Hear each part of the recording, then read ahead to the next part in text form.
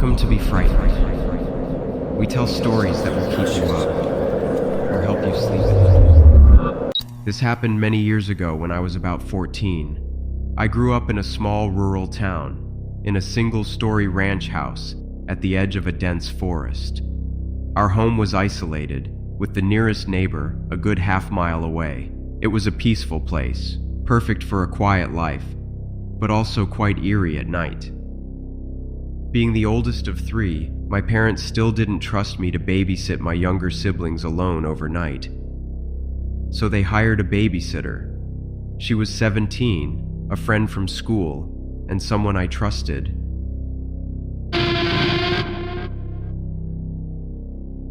It was a typical winter night, cold with a clear, star-filled sky. The ground was covered in a blanket of snow that reflected the moonlight, making the night seem almost bright. My siblings were asleep, and I was up reading in the living room. The babysitter was in the kitchen, getting a snack.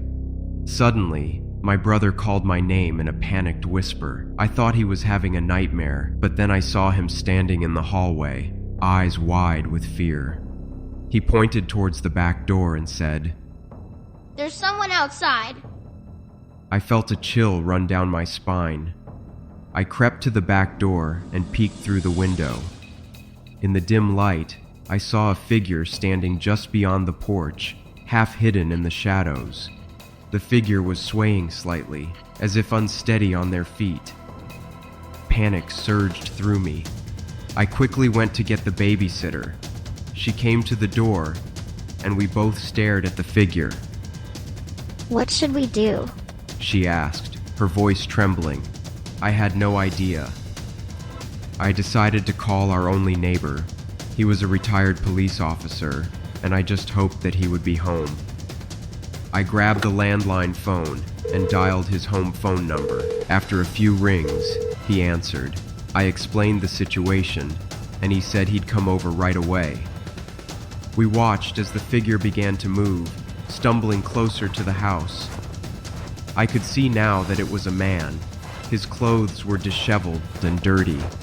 His face was obscured by the shadows, but I could tell something was very wrong. I noticed that his hands were shaking, and he seemed to be mumbling something under his breath. As he got closer, the dim porch light revealed his gaunt, hollow eyes and a look of sheer desperation. The babysitter and I locked all the doors and windows, then gathered my siblings in the living room. We huddled together, waiting for our neighbor to arrive. The man outside started banging on the back door, his fists hitting the wood with alarming force. "Let me in," he shouted, his voice slurred and desperate. Each bang of his fist sent vibrations through the house, making it feel like the walls themselves were trembling. I shouted back, "We can't help you. Go away." My heart was pounding so hard, I thought it would burst out of my chest. The babysitter was holding my youngest sister, who was crying softly. My brother was clutching a flashlight, his knuckles white with fear. The banging grew louder, and the man's shouts became more frantic. He started kicking the door, causing the frame to shake. I was terrified that he would break in. My brother and sister clung to me, their eyes wide with fear. The babysitter's face was pale, and I could see her struggling to keep it together for our sake. Suddenly, the man stopped banging. There was a moment of silence that felt like an eternity. I dared to hope that he had gone away, but then I heard the sound of glass breaking. I turned to see the man trying to force his way in through a window he had shattered. The babysitter screamed, and we all backed away, unsure of what to do. I grabbed a kitchen knife, my hands shaking, ready to defend my siblings. The man's frantic efforts to get in became more violent. He was halfway through the broken window, his wild eyes darting around the room, when the sound of our neighbor's truck pulling up the driveway interrupted him. He paused, looking momentarily confused, before scrambling back out of the window and disappearing into the shadows. Our neighbor, flashlight in hand, approached the house cautiously. From inside, we watched as he shone the light around, searching for the intruder.